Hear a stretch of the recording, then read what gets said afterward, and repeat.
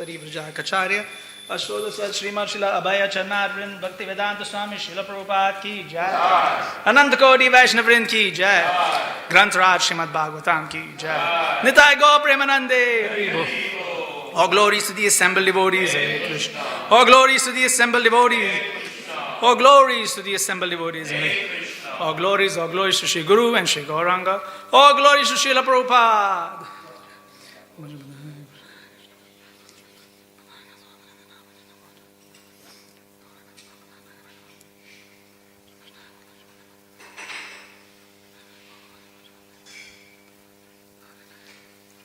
Jai.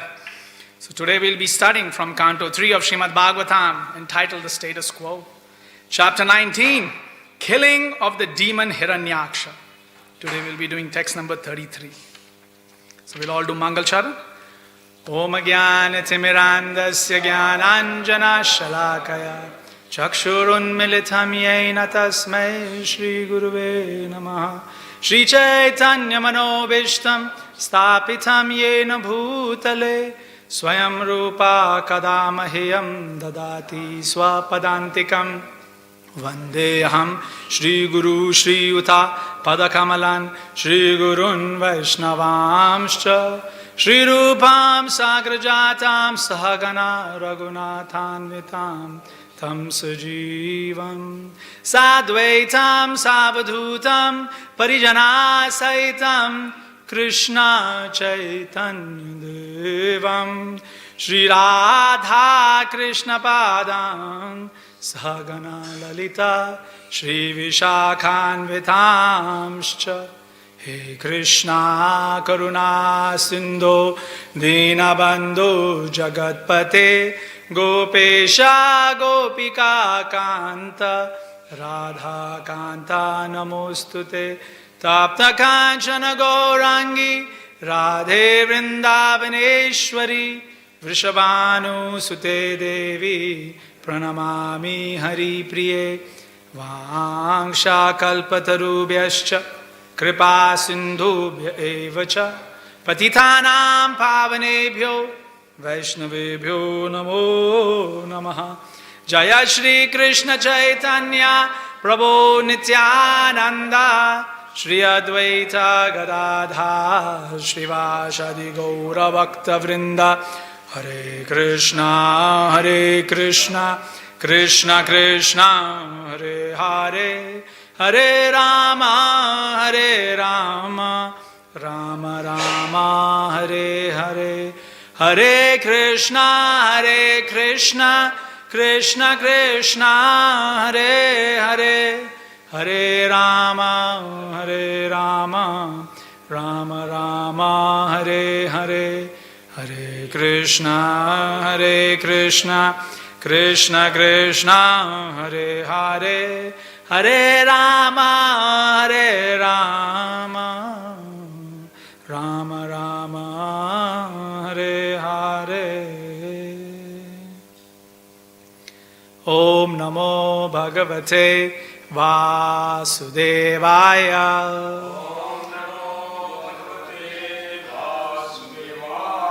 Om Namo Bhagavate Vasudevaya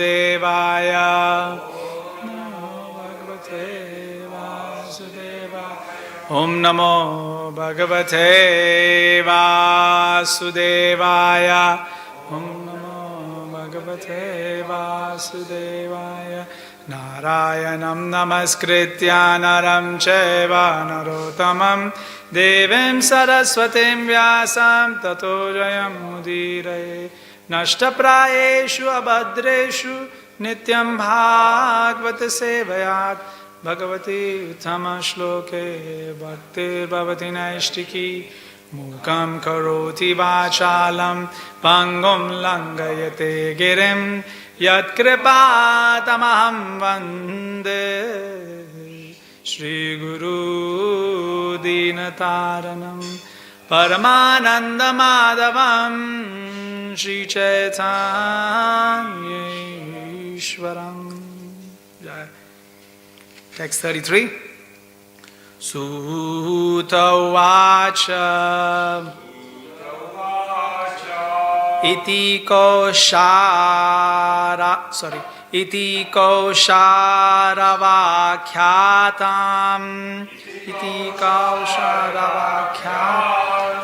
ashrutya bhagavat katham shatanandam param lebhe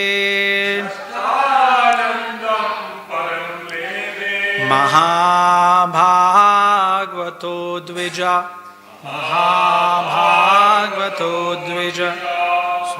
Sutavacha Iti Kausharavakyatam Ashrutya Bhagavat Katham Shatanandam param lebhe Mahabhagavato Dvija Vaishnava Sutavacha Iti Kausharavakyatam Ashrutya Bhagavat Katham Shatanandam param lebhe Mahabhagavato Dvija Sutavacha Iti Kausharavakyatam Ashrutya Bhagavat Katham Shatanandam param lebhe Mahabhagavato Dvija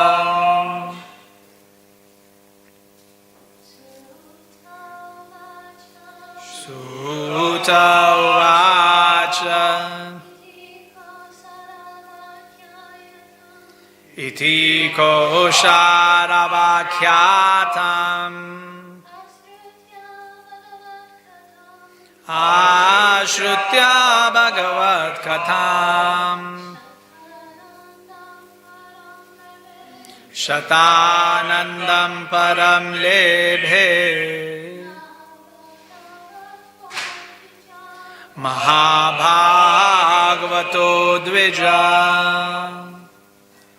Word for word Suta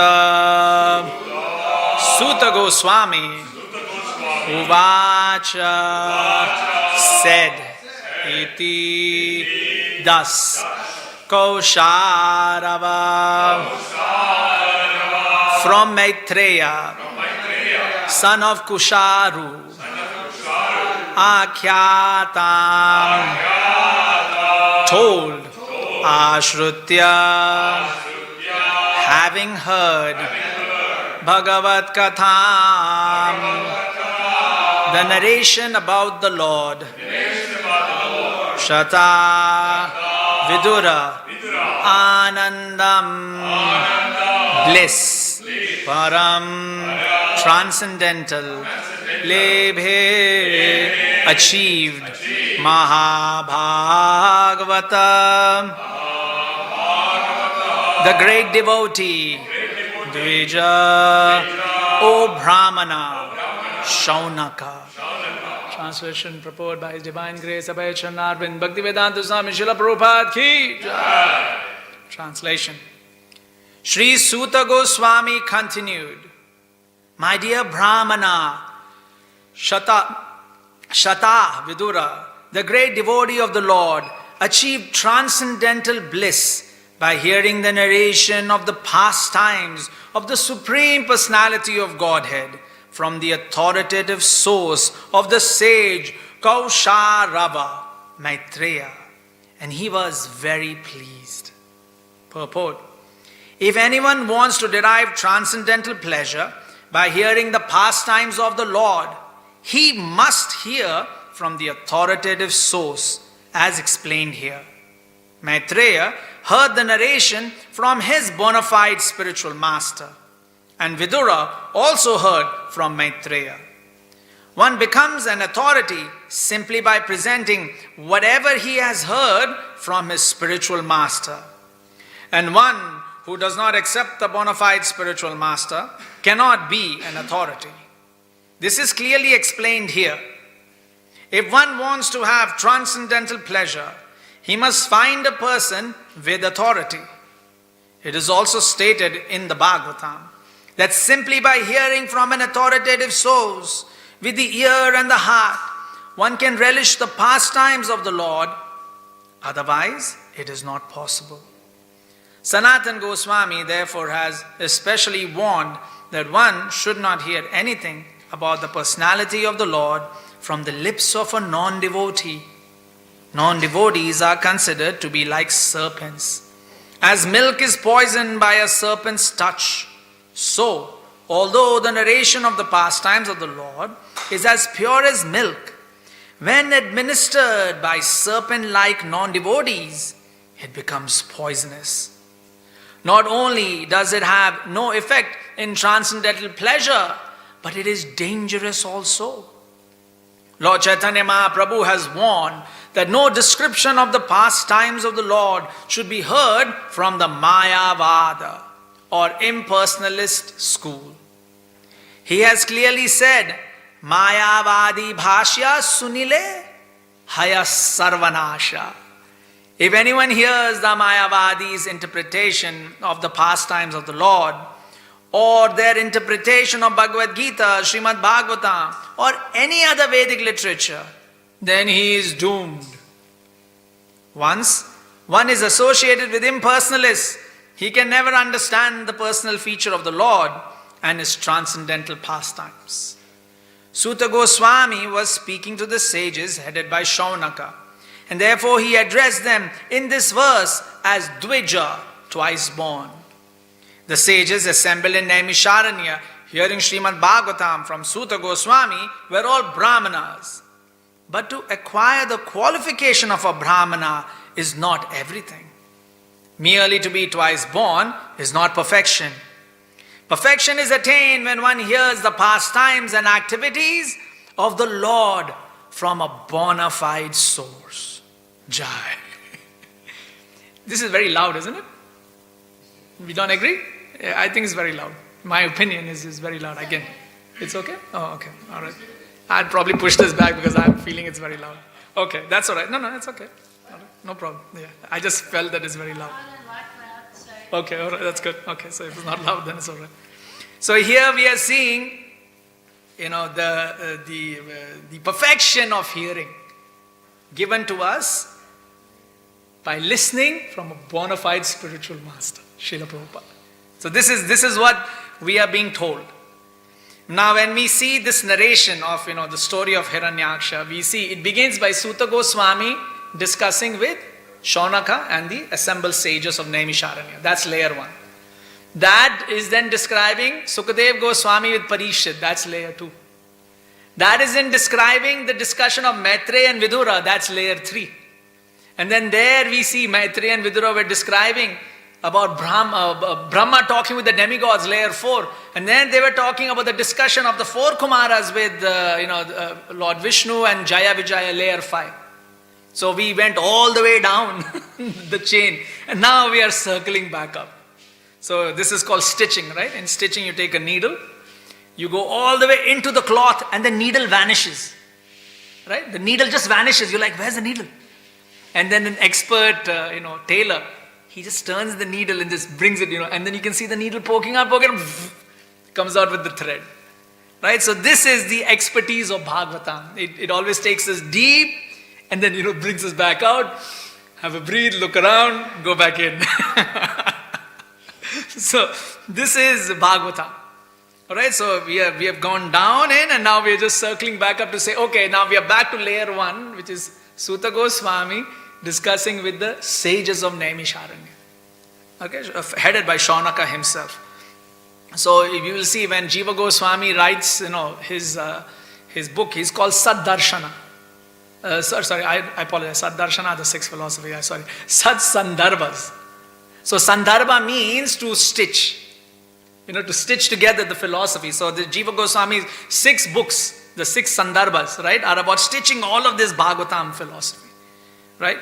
And so we see this stitching is going on with the help of our acharyas. And Srila Prabhupada mentions that we should leverage on these acharyas. We should leverage on these acharyas for understanding what Bhagavatam is saying. Right? Now, of course, one may say, well, there are many acharyas. Yes? Many acharyas, right? Many. If you go in India, wherever you, when you go to Vrindavan and when you go to holy places, you'll find many acharyas sitting. People's names are also acharyas. Surnames are acharyas. So there are many acharyas. So then, which acharya should we listen to? Who is the right one to listen to? Right? This is the conundrum. And when I sometimes go to the universities, I hear all of the students there, they are Hindus. But they are all, I have this acharya, and then they are all listening. So I ask them, I'm like, what is the goal of the teaching of, what your acharya is telling you? What is the goal? What is the conclusion? Is the conclusion that Krishna is the supreme and that you have to become his devotee? If the answer is yes, then you are following an acharya. Then the answer is yes, you have followed an acharya. If not, then is the game here to stay in the material manifestation? If that is the game, then there are many acharyas here. We have Elon Musk, great acharya. We have, Steve Jobs, now no more, but at once upon a time, great acharya. So there are many acharyas who will keep us entangled in this material manifestation. I was recently reading an article talking about how, the dumb phone market is cropping up. This is smartphone. Yeah? Smartphone. This phone is smart. But now the dumb phone market is coming back up. The dumb phone, when I say, I'm talking about the old Nokias, those where you had the keypad, the standard keypad, the dumb phones. So they think dumb phone is making a comeback. He says, why are dumb phones making a comeback? Because people are saying the smartphone is too much. It is too entangling. And so when they did the population graph of this, they found that most of the people in this dumb phone population are people in the age of 25 to 35. Are in that age bracket, 25 to 35. So very interesting that age bracket is going and realizing that this phone is overtaking our lives. Right? So if it comes to being engaged in the material manifestation, there are many acharyas you will find. Many. And the greatest acharya is Maya Devi herself. Her job is to keep us here. She's Vishnu. We say when Vishnu closes his eyes, then Durga and Shambhu open their eyes. And now they are watching all of us. So yes, we will be kept in this material manifestation. And we will be kept in this material manifestation via an anchor. What is that anchor? This body. This body is our anchor that will keep us firmly established in this material world. Now it doesn't matter what body we have. That doesn't matter. We could have a body of a human. We could have a body of a deer. We could have a body of a tree. Right? Even trees are afraid of dying. Even trees, they are afraid of dying. They try their best to survive. And before there was it was very hot. You could see all the trees had become morose. Now it's raining like anything. Now the trees are, glowing again. Now it has rained so much that again they have become morose. You see, first it was too hot. Then it started raining. They became happy. Then it rained so much that now again they have become sad. Right? So this material world will keep us happy and sad, happy and sad. Matra sparshastu kaunteya sitoshna sukha dukkada. Just like summer and winters is coming. Now winter is here. We are all cozied up. Right? We are all, sitting in our little blankets. We are all sitting in our little shawls. We are all, we have to have our socks, our beanie, our hot water. Everything must be arranged for us to fight against this Sita and Ushna. We have to be prepared for this fight. Right? And the same when you will go with this dress and you go in the kitchen and you start cooking, then the heat of the food starts coming, then first one jacket comes off, then one hat comes off. It's very hot. Very hot. You're chopping too much. See, it's the same weather, but Sita Ushna, Sita Sukha Dukkha. And in this Sukha Dukkha, we get mesmerized. Right? What happens when you are a happy society? What happens when you become a happy society? You start looking, oh, these people are so sad. And that makes you sad. Oh, I am sad. So, I must become altruistic. I must give charity. You see, even when you're completely happy, then you start thinking, oh, other people are sad. So you become sad again. Then you start giving charity, now you're happy. And now you're seeing, oh, but my charity is not having effect. Now you become sad again. So it's up and down, up and down. You see, when we are looking back at United States of America, what does it not have? It has economic power, it has military power, it has political power. Well, it is the most powerful country. What is happening inside the country? What is happening? Suddenly, there is this extremism that is coming up. But if you are such a, functioning, utopic society, why is there so much tension now building?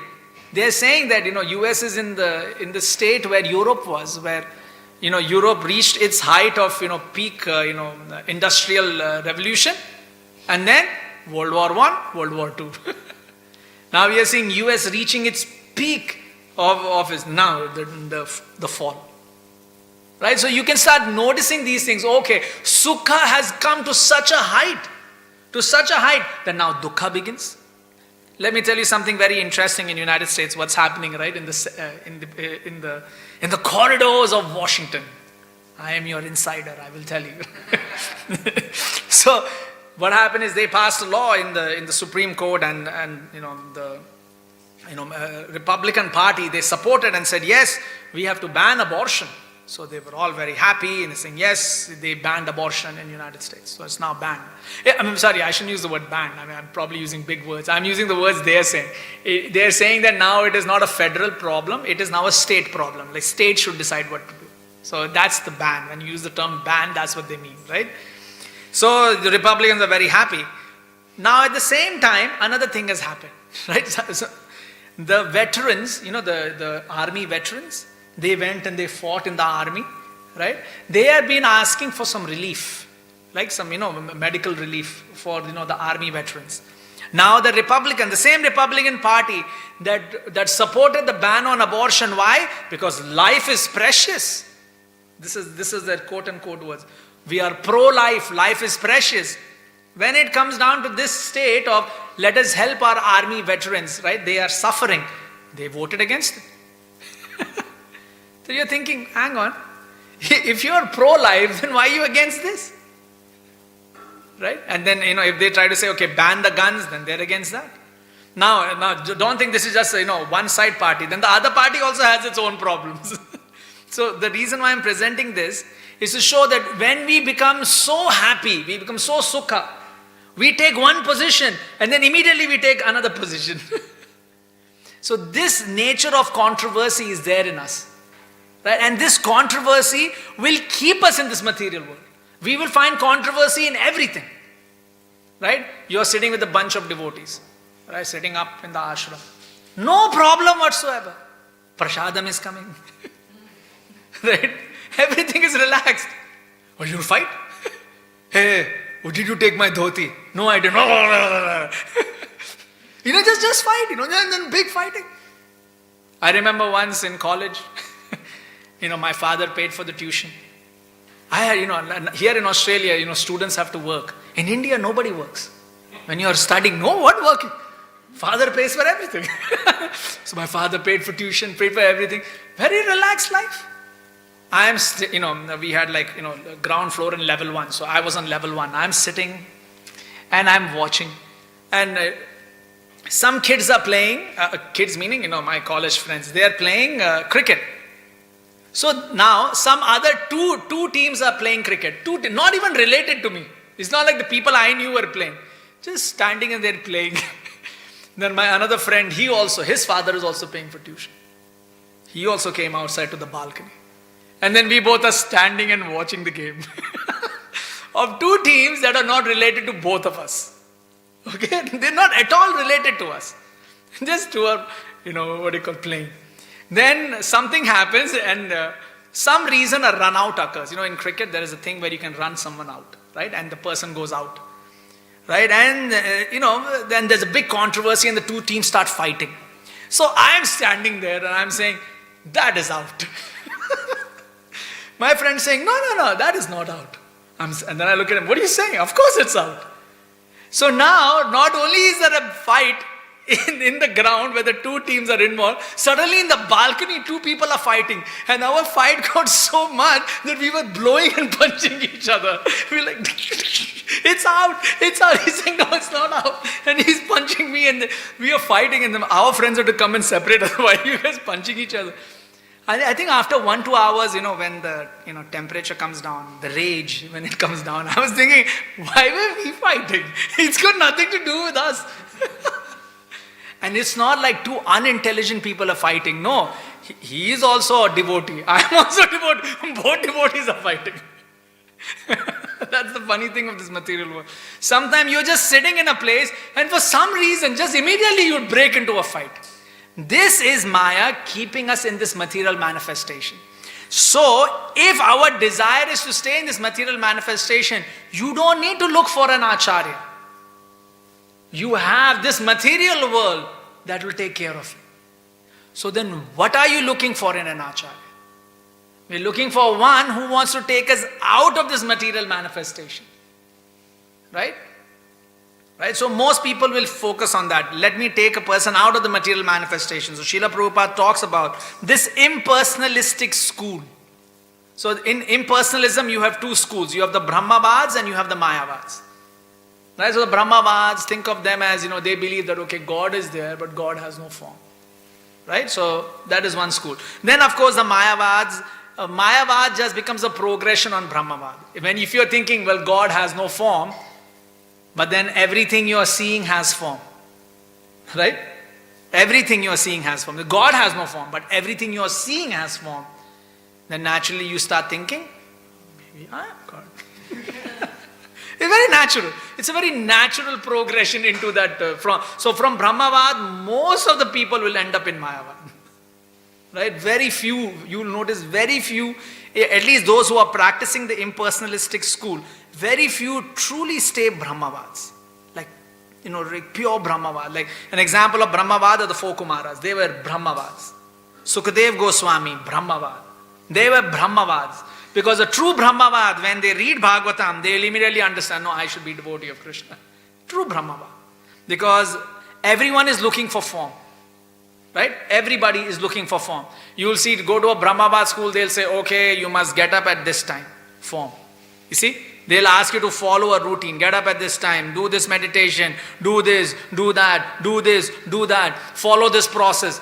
And they will keep giving you all forms. Everything. Do this, do this, do this. But then you say, but why are we doing all this? Oh, for nothing.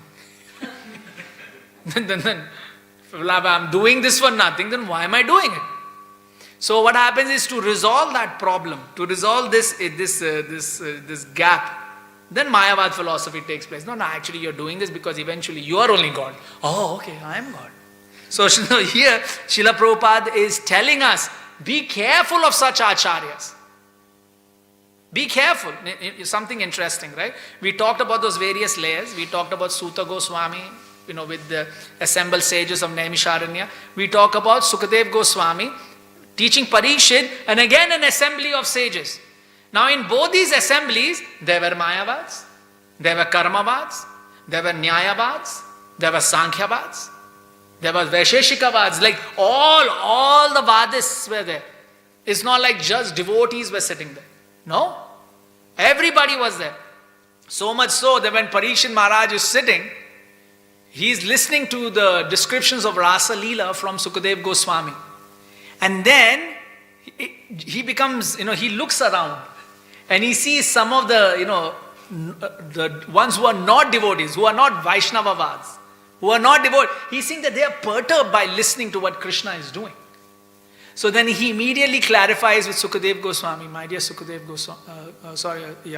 Goswami, why did Krishna behave in such an immoralistic way?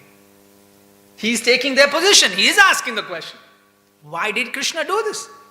Sukadev Goswami immediately says, Krishna, what is immorality for Krishna? Everything belongs to Krishna. Imagine, I come to your house and I say, right? I come to your house. I take a grapefruit. Okay, it's like, imagine I come to your house and there is, a plate of fruits kept there. I come there and I just start eating the fruits. Just come in, just start eating the fruit. You'll come and you'll be like, oh, you started eating. Okay. Now you, the person who's the owner of the house is thinking, well, I didn't even offer it. He just came, barged in, sat down, just started eating. Okay, but you'll feel, okay, this is immoral. Now, okay, imagine the person is standing outside and you just, come out of from one of your rooms, come into the hall, see the fruit, you pluck a fruit and you eat. Can the guy standing outside your apartment and say, that is immoral? Can he say that? No. It's your house. It's your fruit. You can eat whenever you want. Right? Are you understanding the difference? This is what Sukadev Goswami is then presenting to Parikshit Maharaj, that no, Krishna owns everything. He owns everything. So why are you worried? There is nothing called immoral with Krishna. Right? So the point we are making is, in the assembly of the great sages also you find these various personalities. That is why only selected people are asked to speak. Suta Goswami is, he's earmarked. You speak. What's another name for Suta Goswami?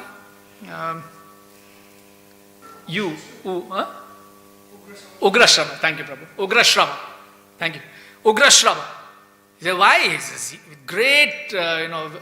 With great vigor of spirituality, he speaks. Right? This is his nature. Right? Then in the assembly of Parikshit Maharaj in Sukatala, he's asking, who can answer? What should a dying man do? All the vadis are sitting, karma vadis are thinking, do good work. What do you call, Nyaya is saying, well, you can counteract the poison. See, they are all there. But finally, it is Sukadev Goswami who comes and speaks. Why? Because he is the correct person to speak. He is the correct personality to speak. So this we have to appreciate, that even the assemblies of great sages, it is only the devotee that must speak. Now you may be thinking, well, just imagine, just for a minute, you walk into an assembly, right, suddenly, and you see all these big sannyasis sitting. Somebody, Ticharu Maharaj is explaining this in his book, that they had gone to Allahabad for Kumbh Mela, and now Prayag. They went to Prayaga for Kumbh Mela. And there he was saying that people were, announcing. They were announcing, here comes Ashtota Sad, 108, such and such Maharaj. This is 1008, such and such Maharaj. 108. This is Jagat Guru. They're all saying big word, Jagat Guru. And he was saying they were coming with 10 people. Some were coming with 100 people.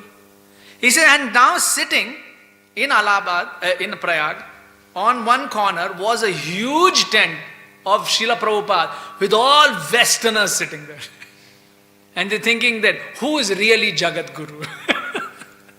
Who is really Jagat Guru? Really, who is? Srila Prabhupada is. So even in this assembly, even the sages acknowledge that yes, Srila Prabhupada, he is the topmost speaker. Right? So this is what the sages naturally understand, that the devotee must speak. If a sage is not letting a devotee speak, please understand they are not sages. If you can catch this point. Please immediately understand they are not sages. They may look like a sage, they may speak like a sage, they are not a sage. So please understand who is saintly personality. A saintly personality immediately recognizes, yes, a devotee must speak. Immediately recognizes without a shadow of doubt. Right? So this we have to appreciate. This appreciation we must have, right? And so we can see this from the assembly of, Naimisharanya, from the assembly of Sukatala. We can see that how the devotee is being inspired, that no, the devotee must speak.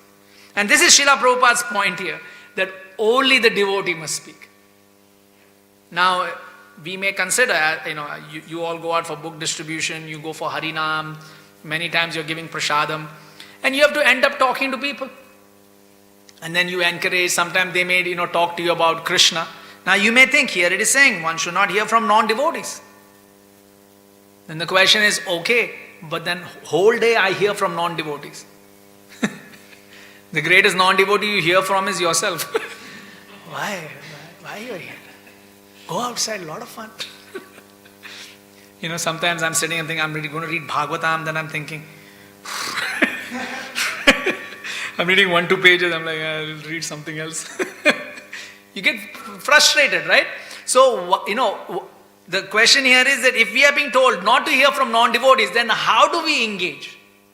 How do we engage? So this we have to understand, right? So this is the problem. That's why Srila Prabhupada always said that my greatest fear is that my disciples are not scared of Maya. My greatest fear is my disciples are not scared of Maya. You should be. You should never put yourself in a position somehow that you are in a dangerous state. You should not put yourself in a position that, suddenly I am in a dangerous state. Right? This is your intelligence. Then you must realize, this is a dangerous state for me. I should snap out. I should leave this assembly immediately. Right? So this is association of non-devotee. Of course, one should give association, but in giving association, there is a fine line. At some point you start taking association. It's a fine line. That you are giving, and then at some point you start taking. Right? Just imagine, right? You're standing in the street, you are giving books, or you're doing Harinam. You're standing in the pavement created by the government. Right? Where is the money from? All of this, government getting all this money from? Mostly from non-vegetarian activities. Like gambling, meat eating, like pretty much everything that we are not for, pretty much all of that has paid for the pavement. You may be standing in a shade, right, shaded area. Who is paid for that shade? Government. So what's happening is, although we are out to give association, actually what we start realizing is that actually I'm taking association. So that is why Srila Prabhupada is saying one should be careful to take association. So how do we change our vision? We start thinking, yes, the government is functioning, the government is building stuff. Yes, they have done it in an unruly manner, but nonetheless they are trying to apply some order. And the reason they are trying to apply order is that Krishna likes order. Krishna likes Sattva Guna. He likes order. He is Shuddha Sattva. He loves order. He loves things to be orderly. Right? So we can appreciate that. So for us, when we are out and about, we have to see Paramatma realize it. You see, when you are out and about, you have to see everything as Paramatmas. Right? Everything as Paramatma. And then, of course, in that state, somebody may reject you. Then you are thinking, okay, how do I look at the rejection? Or the rejection, now that is Bhagavaniti. So you have gone from Brahmeti stage, you have come to Paramatmeti, and the rasa that you are getting, that relationship, that rejection or that acceptance, all of that rasa, that is directly Krishna. Now Krishna, he doesn't accept order. He's Parakiya rasa. Right? For us as Gaudiyas, that is the highest principle. Parakiya meaning, no, you will not get what you think you deserve. You're not going to get, but I am such a great devotee. Yeah, doesn't matter. Doesn't matter, you may be the greatest. Parikshit is great devotee? Parikshit is a great devotee or not? Yes? Where is he right now? He is naked and going to die in 7 days. Great devotee. Great devotee. He is naked and going to die in 7 days. We are thinking we are great devotees. No, there are much greater devotees. That's why we read Bhagavatam to say, this is great devotee. Okay, I'm in the lower, I'm in the lower side. I'm in, in the assembly, like it is explained that there, the assembly is there. In the front row are Narad Muni, Vyasadev. They are all sitting. Then Parasar Muni, and then it starts spreading outwards and outwards and outwards. And then we are on that, that corner peripheral looking up. So that's how when you're reading Bhagavatam, yeah. So Sutta Goswami said, oh yeah. I heard it. So that's how we are observing this Leela, our observation of this Leela, right? So this is our Iti Kaushara Vakyatam. Right? He's saying that Maitreya, he's speaking. A devotee is speaking. Maitreya is a Vaishnava. Right? You'll read in Vishnu Purana, and Maitreya also has an Upanishad. He has an, like Upaveda, an Upanishad. So he's a great personality, very scholarly, and he's a Vaishnava. Right? In all of these, he is called as a Vaishnava. Right? So Maitreya is a great devotee. He says that Iti Kausha Ravakyatam. He is speaking. So he is speaking in ecstasy. He is speaking, and now Ashrutya Bhagavat Katham. What is he speaking in ecstasy? The glories of Krishna. Shatanandam Param Lebhe. And Vidura is listening and he is in ecstasy. Shata Anandam. So now, like I was telling you, I read Bhagavatam, I'm like, so if I am not getting ecstasy by reading Bhagavatam, by speaking or by hearing, then you know what category we are in. Now you may say, oh, does that mean I'm a non-devotee? No, it doesn't mean that. It means you are a practicing devotee. It doesn't mean that you are not a devotee. It means you are a practicing devotee. Right? But here, these devotees have perfected that practice. So they are Santa. So we are Sadhu. Sadhu means one who is practicing sadhana. Santa is one who has perfected his sadhana. Right? So Santaha Sadaiva Hridayeshu Vilokayanti. So Krishna is always in the heart of the Santa. So these are Santas. They are like, oh wow, they are listening and they are in great ecstasy. We are listening and thinking, it took 6 chapters to kill Hiranyaksha. That's what we are thinking. 6 chapters? I remember reading Mahabharata. I'm like, man, listen, how long is it taking to kill this guy? He's like reading the pages after page. Kill him already. Right? So, this is us. This is us. Right? But devotees, they're listening. Oh, more. No, enough. Only 3 cantos have passed by. When are we going to get to Krishna Leela? In Krishna book, there is this chapter. You all would have read it. The seasons of Vrindavan. Oh God. When I get there, I'm like, you rub your face. You're like, okay, let's start reading. Yeah, sorry, bro. Light of Bhagavata, yeah. So you have to rub your face when you're reading. Oh, the autumn, the frog is like Karmavadi,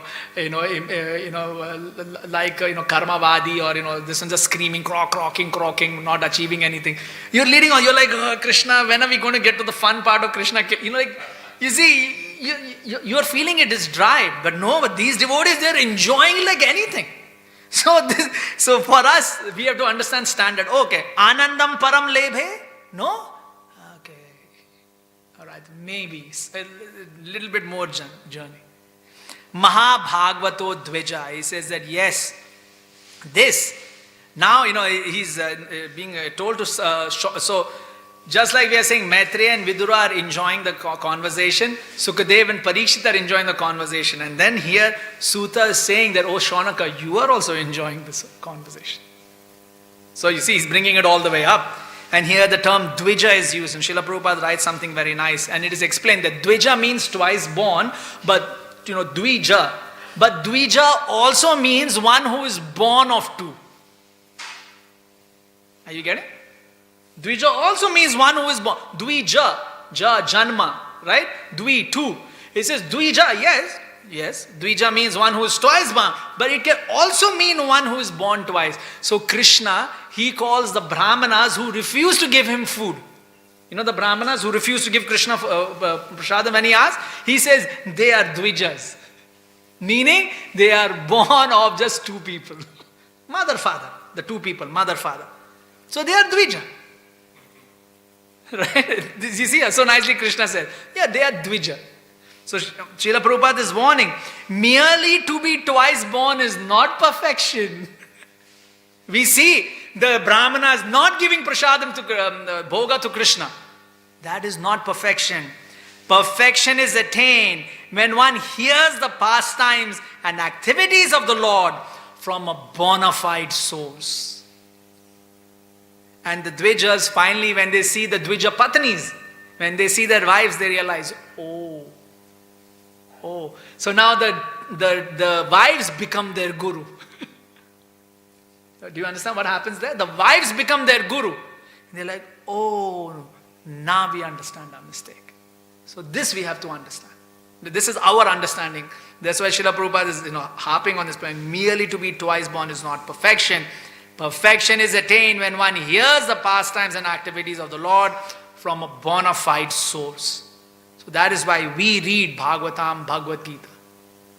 Right? Many times you may talk to people and they say, my experience. No. Your experience, if it's aligned to Shastra, it has value.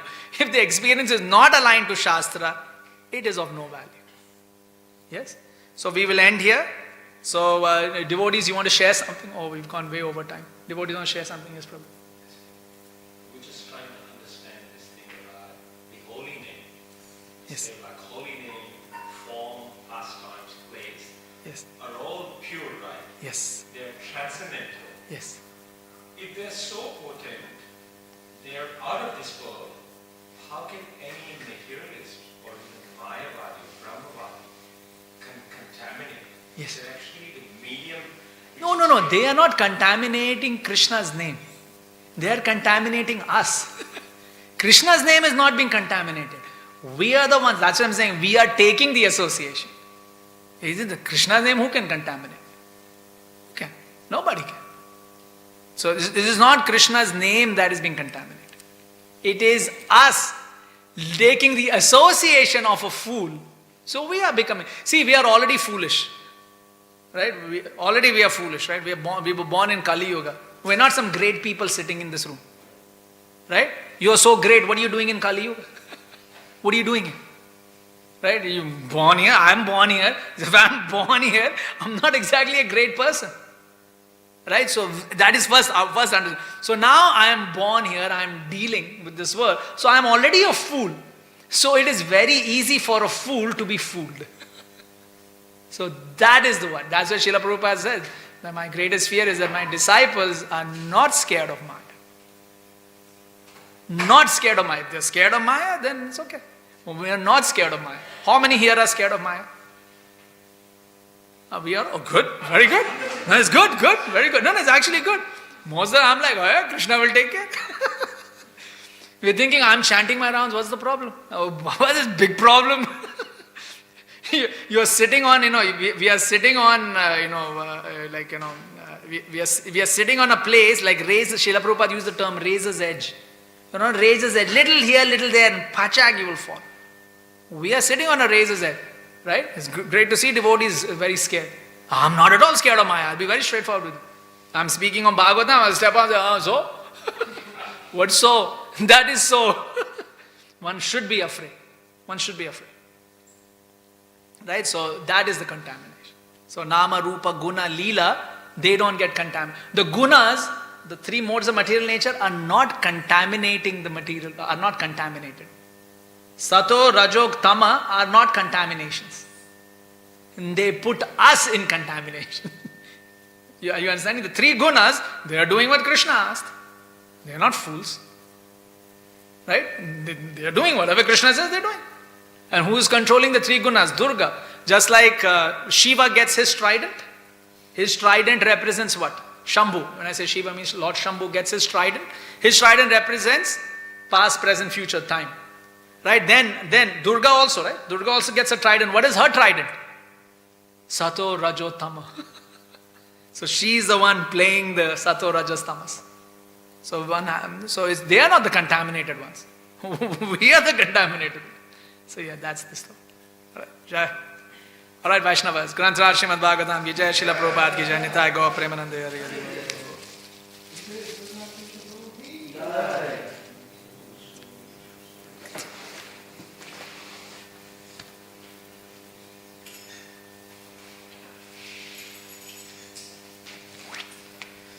I